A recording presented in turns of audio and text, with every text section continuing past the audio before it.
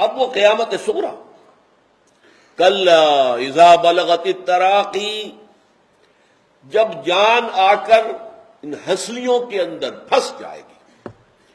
جب نزع کا عالم ہوتا ہے تو آخری وقت میں گھنگرو سا بولتا ہے یہ حلق کے اندر آ کر، معلوم ہوتا ہے کہ پورے جسم سے جان سب کی جا چکی، اب یہاں آ گئی ہے۔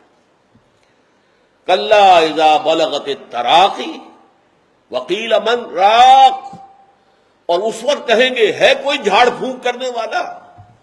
علاج تو ہم نے کرا لیے تھے، معالجوں نے جواب دے دیا تھا، ہم نے ڈاکٹری علاج کرا لیا، ہم نے حکیمی علاج کرا لیا، ہم نے ٹونے ٹوٹ کے سب کروا لیا، کوئی ہے جھاڑ پھونک کرنے والا؟ کوئی ہے جو بچائے؟ یہ جا رہا ہے ہمارا حفیظ۔ وقیل من راق وظن انہ الفراق، اور جس شخص پر وہ کیفیت بیت رہی ہے اسے اب یقین ہو گیا ہے کہ اب فراق ہے، جدائی ہے، اب بیوی سے جدائی ہے یا شوہر سے جدائی ہے، اب اولاد سے جدائی ہے، رشتہ داروں سے جدائی ہے، وہ گھر جو بنایا تھا بڑے شوق سے اب اس سے نکلنا ہے، وہ ساز و سامان جو اکٹھا کیا تھا بڑے شوق کے ساتھ اب اس سب کو چھوڑ کر جانا۔ وَظَنَّ أَنَّهُ الْفِرَاقُ وَالْتَفَّتِ السَّاقُ بِالسَّاقِ، اور پنڈلی پنڈلی سے لپٹ جائے گی۔ یہ نزع کے عالم کے اندر جو ہے وہ ٹانگیں جو ہے ایک دوسرے کے ساتھ لپٹتی ہیں۔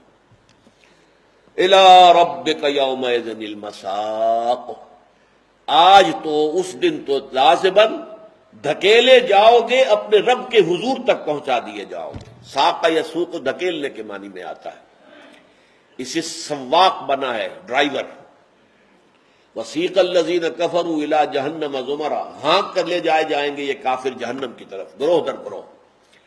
مساق، ہانکے جانے کی جگہ کہاں ہے؟ الی ربک یومئذ المساق، اب کوئی جائے پناہ نہیں، کوئی جائے فرار نہیں، اب تو لازماً تمہیں اپنے رب کے حضور ہی میں حاضر ہونا ہے، اور تمہیں دھکیل دھکیل کر فرشتے وہاں لے جائیں گے۔